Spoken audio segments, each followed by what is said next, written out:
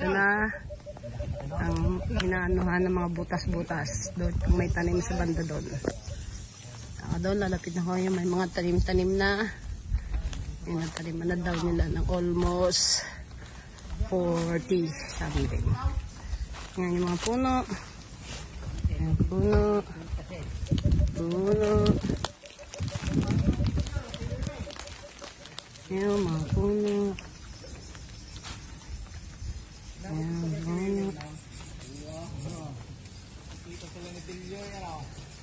Yan, may mga puno-puno na lahat yan. Yan. Puno. Yung sa side na yun, tinatabusan na yung insang salde. Para pantaniman din doon. Ayan guys. Para siya tapayaw. Hindi kami pinikula natin siya ng simbahan. Oo. Para siya na payaw. Simbahan yun eh. Ito, may nagkahasal ng gulog. Ayan ba yung sinusukat?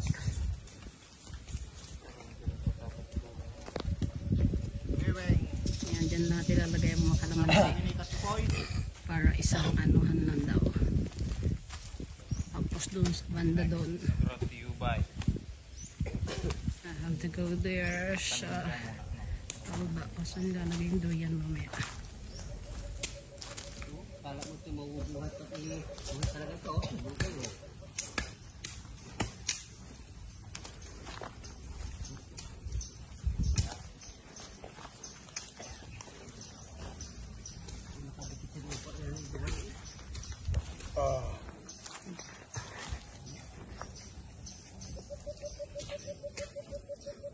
Yan.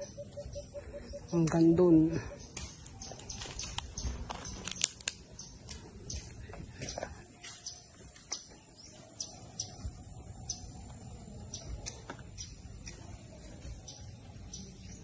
Okay. Bukas may bunga na mga kalamansi. Magsasabi na ako kay Marisha mamaya. Ilang kayo ka papadala natin? Ilang kayo papadala natin bukas? Bukas mamimitas na kami ng kalamansi. Sabi na ka, may biyahe natin.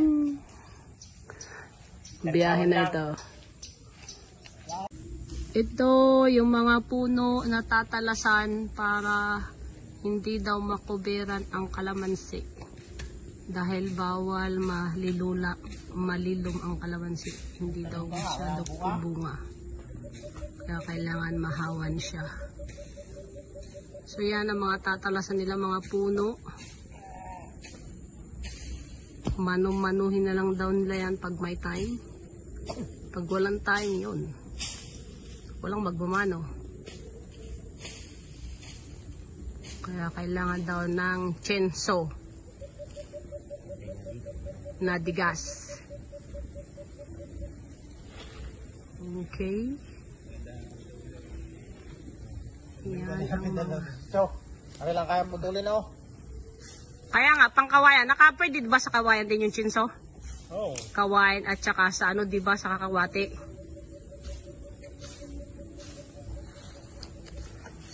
Look over there. Yan, ganun pa ang malinis para doon ang magtaniman ng mga kalamansi. Alright. Bye-bye. Na. Uy, kaklase namin yun. Kaklase ni Roger eh.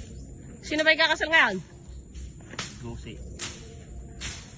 Pwede ba yung gusi doon sa bandaran? Sa may pupuntang ano doon? Simbahan? Sa basketball din sa Oo. Anak ni Gusi na taga Sampaguita? Oh, yung classmate ko din naman.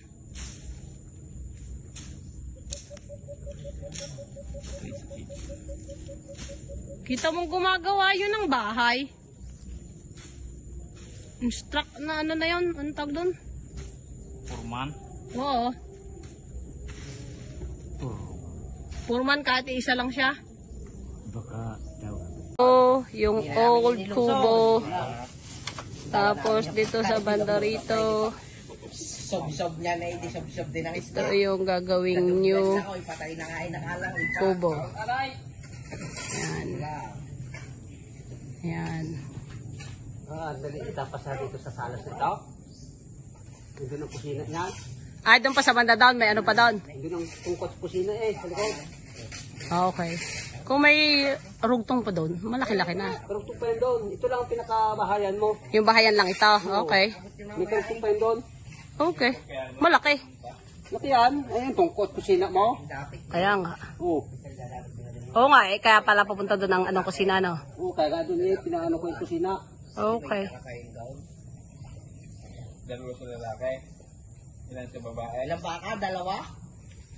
Ito pala ito yung mama yung puno ng nyok. Inaanay na siya, kaya kailangan alisin na to. Baka biglang bumigay.